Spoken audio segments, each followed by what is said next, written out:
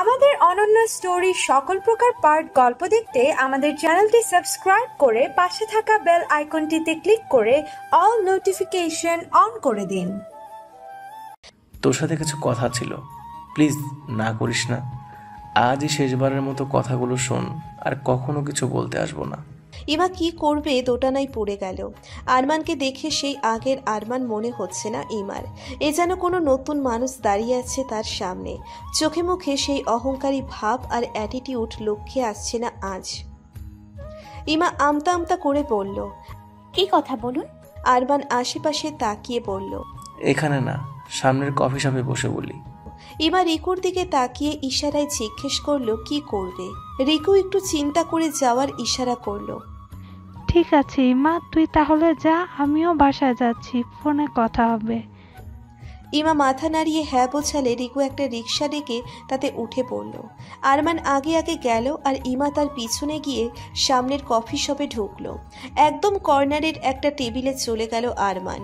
ইমাকে বসার জন্য চেয়ারে টেনে দিয়ে নিজেও একটা চেয়ার টেনে বসে পড়ল। আরমান ইমার দিকে তাকিয়ে বলল, কি খাবি বল? ইমা দৃষ্টি নিচে রেখে বলল, আমি কিছু খাবো না, যা বলার তাড়াতাড়ি বলুন, আমাকে বাসায় যেতে হবে। উনি জানতে পারলে রাগ করবেন। ইমার কথা শুনে আরমান মাথা নিচু করে মুচকি হাসলো আর হাসিটা বজায় রেখে বলল, ইমা, ভালোবাসায় বিশ্বাস থাকাটা জরুরি। ইমা কিছু বলল না। আরমান একটু থেমে বলল, তুই ভালো আছিস তো? ইমা এবার চোখ তুলে তাকালো আরমানের দিকে আর চোখে চোখ রেখে বলল, যতটা খারাপ দেখতে চেয়েছিলেন তার থেকে 1000 কোটি গুণ ভালো আছি ভাইয়া। আরমান মুখটা মলিন করে বলল, আমি তোকে খারাপ থাকতে দেখতে চাইনি রে কখনো। ইমা এবার কঠিন গলায় বলল, তার জন্যই বুঝি আমার জীবনটা তিক্ত করে তুলেছিলেন? আরমান দীর্ঘশ্বাস ছেড়ে বলল, যা করেছিলাম তার শাস্তি এখন প্রতিটা মুহূর্তে পাচ্ছি।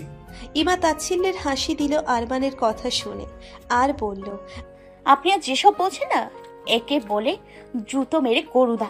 আরমান মাথা নিচু করে বলল, আজ আমি তোর কাছে সবকিছুর জন্য ক্ষমা চাইতে এসেছি ইমা, আমাকে মাফ করে দে। এই কথা শোনার পর ইমার চোখ আপনা আপনি স্বাভাবিকের চেয়ে বড় হয়ে গেল। সে বিশ্বাস করতে পারছে না নিচে মিস্টার আরমান মাহমুদ তার কাছে মাপ চাইছে, যে কিনা কখনো তার সাথে ভালো করে দুটো কথা পর্যন্ত বলেনি। ইমা অবিশ্বাসের চোখে তাকিয়ে আছে আরমানের দিকে। আরমান আবার বলল, আমি জানি তোর সাথে একটা দুটো দিন নয়, বেশ অনেকগুলো বছর আমি অন্যায় করে গেছি দিনের পর দিন, কিন্তু বিশ্বাস কর, তুই যেদিন থেকে ওই বাড়ি ছেড়ে এসেছিস তারপর একটা রাত আমি শান্তিতে ঘুমাতে পারিনি। প্রত্যেকটা মুহূর্ত অনুশোচনার আগুনে দগ্ধ হয়েছে। আরমান খপ করে টেবিলের উপর রাখা ইমার হাত দুটো নিচের হাতের মুঠোয় নিয়ে নিল আর ধরা গলায় বলল, ইমা, আমাকে মাফ করে দে, আমি আর এভাবে বাঁচতে পারছি না। দিন দিন অনুশোচনার পরিমাণ বেড়ে চলছে, এখন আমার দম বন্ধ হয়ে আসছে দিনকে দিন। ইমা হতবুদ্ধি হয়ে বসে আছে। একবার আরমানের ধরা হাতের দিকে তাকাচ্ছে তো একবার আরমানের চোখের দিকে তাকাচ্ছে। আরমানের চোখ দুটো টলমলো করছে পানিতে। এখনই বৃষ্টি নামবে মনে হচ্ছে। আরমানের চোখের ভাষা বলছে সে মিথ্যা বলছে না, কারণ মানুষের মুখের ভাষা মিথ্যে হলেও চোখের ভাষায় কখনো মিথ্যে হয় না। ইমা এবার এক দৃষ্টিতে তাকালো আরমানের ধরা হাতের দিকে। আরমান সেটা খেয়াল করে ফট করে ইমার হাত ছেড়ে দিল। অপরাধীর স্বরে বলল, সরি রে, ভুল হয়ে গিয়েছিল। তুই এখন আর আমাদের সেই ইমা নেই, তুই এখন অন্য কার অধিকার। ইমা কি বলবে বুঝতে পারছে না। আরমানের এমন আচরণে সে নিজের মুখের ভাষা হারিয়ে ফেলেছে। ইমা হঠাৎ বলল, আচ্ছা ভাইয়া, আপনি আমার একটা প্রশ্নের উত্তর দেবেন? আরমান ব্যস্ত গলায় বলল, হ্যাঁ বল। আপনার এত ক্ষোভ কেন ছিল আমার প্রতি? ইউনিভার্সিটির সবার সামনে রিজেক্ট করেছিলাম বলে? আপনি সত্যি করে বলুন তো, সেদিন আপনার মনে কোনো রকম অনুভূতি ছিল আমার জন্য? আপনাকে ফ্রেন্ডদের সাথে বাজি ধরতে দেখেছিল আমার ফ্রেন্ড রিকু, আর আমাকে আগেই বলে দিয়েছিল। আমিও দেখেছিলাম আপনার চোখে আমার জন্য কোনো অনুভূতি ছিল না। তাহলে রিজেক্ট করে কিভাবে ভুল করেছিলাম বলতে পারেন? সেদিনের চোখের ভাষা এত সহজে বুঝে গিয়েছিলি, তবে আজকের চোখের ভাষা কেন বুঝতে পারলি না ইমা? আরমানের ছোট্ট একটা কথাই ইমা জানে না, তবে তার ভেতর নাড়িয়ে দিয়ে গেছে। ইমা তাকালো আরমানের চোখে, কিন্তু আরমান চোখ সরিয়ে নিল। ইমা কাঁপা গলায় বলল। মানে? আরমান নিচের দৃষ্টি আড়াল করেই বলল। ভালোবাসার মানুষের চোখে নিজের জন্য ঘৃণা দেখার মতো কষ্ট হয়তো এই পৃথিবীতে সব কষ্টকে হার মানিয়ে দেবে। আমি আর পারছি না তোর চোখে ঘৃণিত অপরাধী হয়ে থাকতে। ইমার কথা গলায় আটকে গেছে। বেশ অনেকটা সময় লাগলো তার আরমানের কথা বুঝতে। যখন বুঝতে পারলো তখন কথা বলতে ভুলে গেছে। ইমার কান দিয়ে গরম ধোঁয়া বের হচ্ছে। আরমান তাকে ভালোবাসে এটা ইমা কল্পনাও করেনি কোনোদিন। তার জন্যই বুঝি আরমানের চোখের ভাষা আজ বড্ড অচেনা লাগছিল ইমার কাছে। আরমান মাথা নিচু করে বলল। সামনের সপ্তাহে আমি অস্ট্রেলিয়া চলে যাচ্ছি। একটা ইন্টারন্যাশনাল কোম্পানিতে জব হয়েছে আমার, সেটার জন্যই অস্ট্রেলিয়া চলে যাচ্ছি। আর কবে দেশে ফিরবো বা আদৌ কোনোদিন ফিরবো কিনা জানি না। তাই শেষবারের মতো তোর কাছে নিজের অপরাধের জন্য ক্ষমা চাইতে এসেছি। ইমা একটার পর একটা শক খাচ্ছে। আরমান চলে যাচ্ছে সেটা শুনে আরো বেশি অবাক হলো, কারণ নিজের দেশকে আরমান খুব ভালোবাসে। স্টুডেন্ট ভালো হওয়ায় স্কলারশিপ পেয়েও চায়নি, শুধু নিজের দেশ আর আপন মানুষদের থেকে দূরে যাবে না বলে। সবার সাথে জোশে পড়ে স্কলারশিপে ট্রাই করেছিল, তবে অনেক জোর করেও তাকে পাঠাতে পারেনি আমিনুল মাহমুদ। সেই আরমান কিনা চিরদিনের জন্য চলে যেতে চাইছে এই দেশ ছেড়ে। ইমা ভাঙা গলায় বলল। আপনি তো বিদেশ যাওয়া পছন্দ করতেন না। আরমান তাচ্ছিল্যের হাসি হেসে বলল। জীবনে পছন্দের জিনিসগুলো একসময় হারিয়ে যায়, আর অপছন্দের জিনিসগুলো মাঝে মাঝে প্রিয় হয়ে ওঠে। তোর হয়তো লেট হচ্ছে, তুই চলে যা। তোর কাছে ক্ষমা পাওয়ার যোগ্য থাকতে আমি নই। সারা জীবন তোর চোখে অপরাধী হয়ে থাকতে হবে। তবে বিশ্বাস কর, আমি সত্যি অনুতপ্ত। ইমা চুপ করে কিছুটা সময় বসে রইল। আরমানও চুপ করে আছে। হঠাৎ একটা জোড়া কানের দুল আরমান এগিয়ে দিল ইমার দিকে। তা দেখে ইমা বিস্ফোরিত চোখে তাকালো আরমানের দিকে। কানের দুলজোড়া চিনতে অসুবিধে হয়নি তার। আজ থেকে প্রায় আরও 5 বছর আগে ইমার কথাকে নিয়ে এক বৈশাখী মেলায় গিয়েছিল আরমান। তখন আরমানের সাথে ইমার কোনো ঝামেলা ছিল না। সেখানে ইমার পছন্দ হয়েছিল এই কানের দুলজোড়া। আরমানকে অনেক রিকোয়েস্ট করেছিল কিনে দেওয়ার, কিন্তু আরমান তখন বলেছিল তোর জন্য বাজে খরচ করার টাকা নেই আমার। ইমা মন খারাপ করে আর কিছু বলেনি। আজ 5 বছর পর সেই কানের দুল ইমার সামনে। যদি মাফ করে থাকিস দুল জোড়া নিয়ে চলে যা, আর যদি না করে থাকিস তাহলে একবারের জন্য পিছনে ফিরে না তাকিয়ে চলে যা। ভুলেও পিছন ফিরে তাকাবে না। আর নিজের সামনে রাখা কানের দুলজোড়া হাতে নিয়ে নিঃশব্দে পেছনে ফিরে বাইরে যাওয়ার জন্য পা বাড়ালো। সেদিকে ছলো ছলো চোখে তাকিয়ে রইল আরমান। আরমানের চোখ ঝাপসা হয়ে গেছে। পানিটুকু মুছে সামনে তাকিয়ে দেখে ইমাকে আর দেখা যাচ্ছে না। আরমানের ভেতরের কান্নাটা দলা পাকিয়ে বের হয়ে আসতে চাইছে। নিজের করা কিছু কাজের উত্তর সে নিজেই খুঁজে পায় না। যেমন সেদিন ওদের চোখের আড়ালে দুলজোড়া সে কিনে এনেছিল, আজও তার উত্তর আরমান পায়নি। আবার যখন কিনেই ছিল, তাহলে ইমাকে না দিয়ে 5-5টা বছর নিজের কাছে কেন রেখে দিয়েছিল? এখন আর এই প্রশ্নগুলোর উত্তর পেতেও চায় না সে। পেলে হয়তো বুকের ভেতরের ক্ষতটা আরো গভীর হবে। আরমান 1 কাপ কফি অর্ডার করে বাইরের দিকে তাকিয়ে রইল। তোমার না সামনে এক্সাম, এখন পড়াশোনা বাদ দিয়ে এভাবে ঘুরলে পরীক্ষায় বড় একটা রাজহাঁসের ডিম পাবে তুমি। কথা ভ্রু কুচকে তাকায় ঈশানের দিকে। ঈশানের কথার মানে বোঝার চেষ্টা করছে সে। ঈশান কি তাকে হজবরলা টাইপের স্টুডেন্ট মনে করে? কথা চটে গিয়ে বলল। এই, আপনি কি কোনোভাবে আমাকে হজবরলা টাইপের স্টুডেন্ট মনে করেন নাকি? ঈশান দুষ্টুমি করে বলে উঠল। আরে আমি তো জানি তুমি নিউটনেরও নানি। কথা রেগে ঈশানকে মারতে শুরু করলো। বেশ জমে গেছে ঈশান আর কথার দুষ্টু মিষ্টি প্রেম। ঈশান আবার দুষ্টুমি করে বলল। খুকি, তুমি খেয়ে দিয়ে একটু শক্তি বানিয়ে এসো, তাহলে বুঝতে পারবো তুমি আমাকে মারছো নাকি কাতুকুতু দিচ্ছ। কথা এবার দ্বিগুণ রেগে বলল। এই, আমাকে আপনার কোন দিক থেকে খুকি মনে হয়? ঈশান কথার দিকে বিজ্ঞের মতো তাকিয়ে বলল। তোমার বয়স কত এখন? কথা বেশ অ্যাটিটিউড নিয়ে বলল। 17 বছর 7 মাস 13 দিন। ঈশান হট্ট হাসি দিয়ে বলল। এখনো 18 বছর হয়নি, সে নাকি আবার খুকি না। কথা রেগে ঈশানের পাশ থেকে উঠে গিয়ে বলল। ঠিক আছে, আমি তো খুকি, আপনি বড় বড় মেয়ে খুঁজে তাদের সাথে প্রেম করুন। ঈশান উঠে কাঁদো কাঁদো গলায় বলল। আরে আমি তো একটু মজা করছিলাম, আমার কোনো বড় মেয়ের দরকার নেই, আমার কাছে খুকি 1000 গুণ ভালো। এই ইয়ার, মেয়েটাকে দেখ কত কালো, আর বয়ফ্রেন্ডটাকে দেখ একদম হলিউড হিরো। কি পছন্দ রে ভাই! এই ছেলে এই মেয়েকে কিভাবে পছন্দ করলো? আনবিলিভেবল। ঠিক বলেছিস, কি কালার রে ইয়ার। কথা কিছু বলবে তার আগেই পাশের একটা 5 জনের মেয়ে গ্রুপ থেকে বলা এই কথাগুলো দুজনের কানে এলো। কথা ঈশানের দিকে ছলো ছলো চোখে তাকিয়ে চলে আসতে গেলে ঈশান হাত টেনে ধরে। কথা তাকিয়ে দেখে এতক্ষণ দুষ্টুমি করা হাসি খুশি মুখটা রাগে লাল হয়ে গেছে। ঈশান কথার হাত ধরে মেয়েগুলোর সামনে গিয়ে দিল। ঈশান রেগে বলল, কি বললেন আপনি? কথা ঈশানকে চুপ করতে বলে কথা বলে উঠল, কালার আমার আফ্রিকার এক পিচির লেখা একটা কবিতা আছে, 2005 সালের শ্রেষ্ঠ কবিতা বলে নমিনেটেড করা হয়েছিল। কবিতাটা সম্পর্কে আপনারা কেউ জানেন? কবিতার নাম কালার। যখন আমি জন্ম নিলাম আমি কালো, যখন আমি বেড়ে উঠলাম আমি কালো, যখন আমি সূর্যের তাপে অবস্থান করি আমি কালো, যখন আমি অসুস্থ আমি কালো, যখন আমি মৃত আমি কালো, আর তুমি সদা সহচর।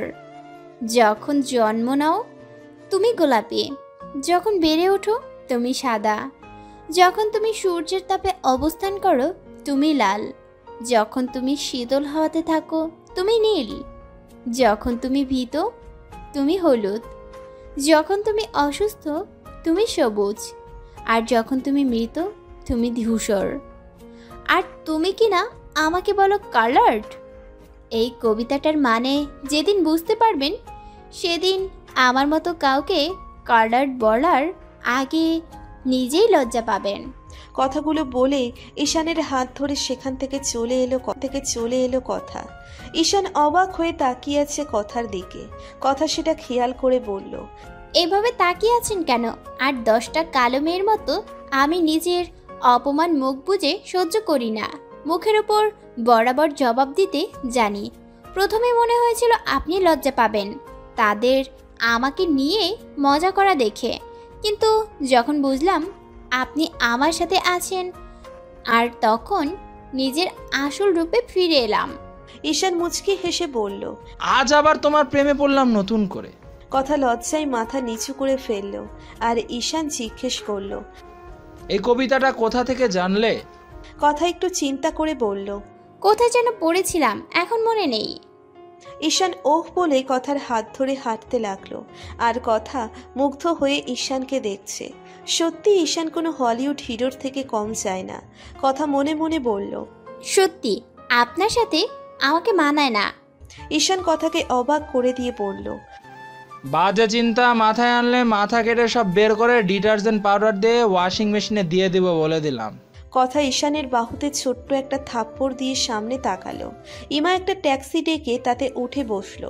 কফি শপের কাছের দেওয়ালের উপরে এখনো দেখা যাচ্ছে আরমানকে। যতক্ষণ দেখা গেল ততক্ষণ ইমা সেদিকে তাকিয়ে থাকলো।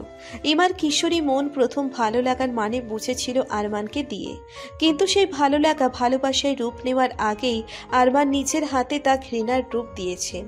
আজ কেন জানি ইমার কষ্ট হচ্ছে, চাপা কষ্ট, যার মানে ইমা নিজেই বুঝতে পারছে না। আর ড্রাইভারের ডাকে ঘোর কাটে ইমার। ম্যাম চলে এসেছি, নামুন। ইমা হকচকিয়ে আশেপাশে তাকিয়ে দেখলো বাড়ির গেটের সামনে দাঁড়িয়ে আছে। ইমা দ্রুত নেমে এলো ট্যাক্সি থেকে। ভাড়া মিটিয়ে গেটের ভেতরে যেতেই ইয়াদের গাড়ি থেকে চমকে গেল। ইয়াদ তো এই সময় বাসায় আসার কথা নয়।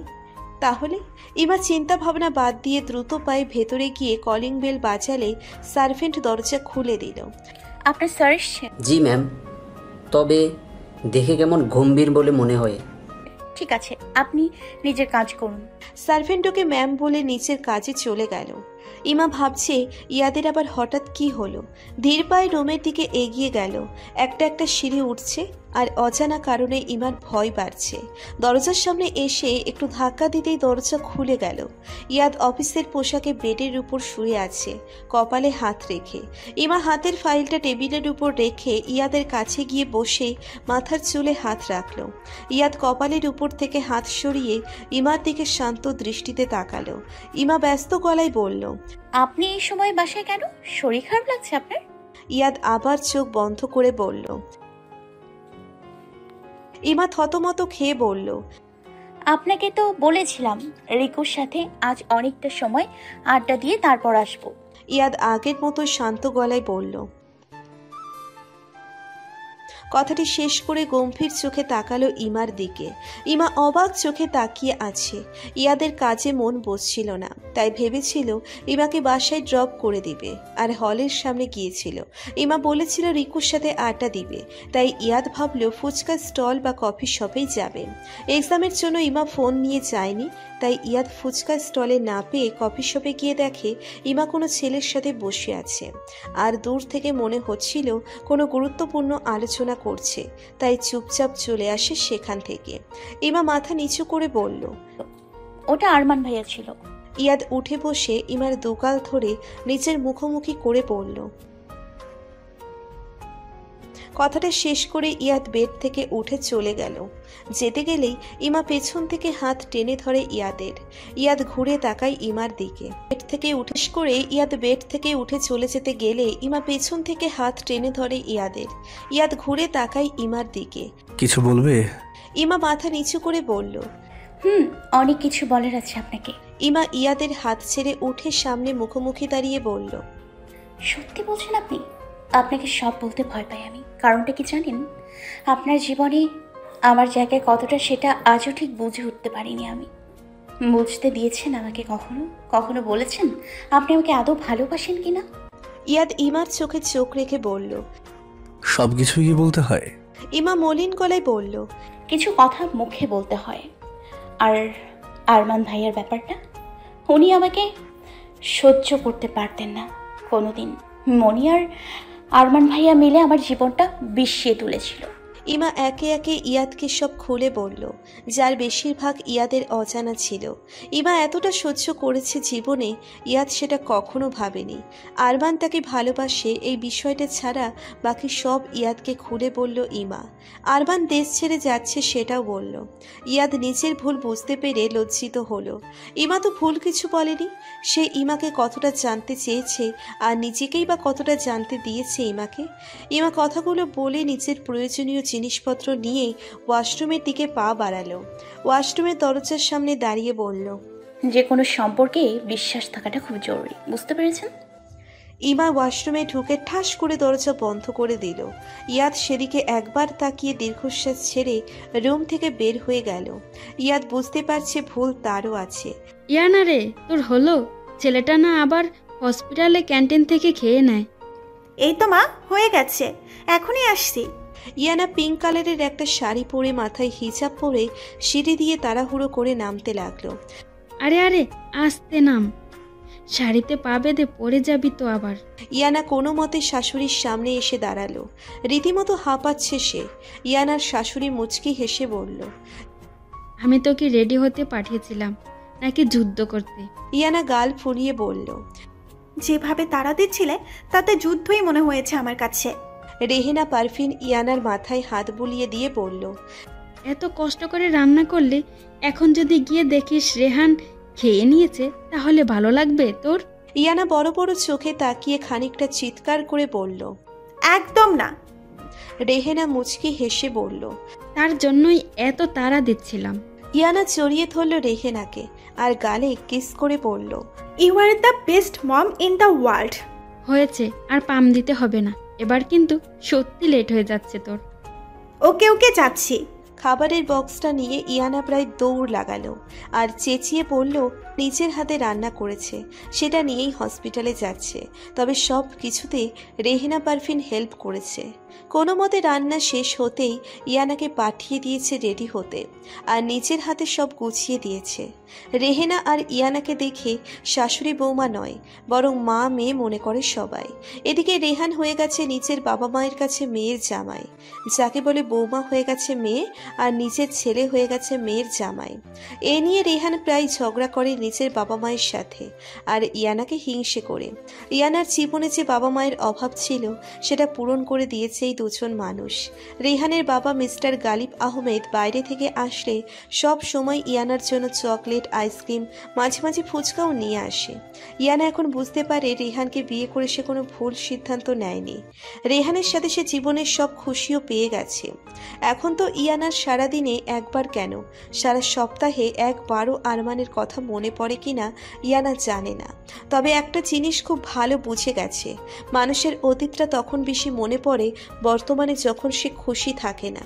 ইয়ানা নিজের মনে বিড়বিড় করে বলল,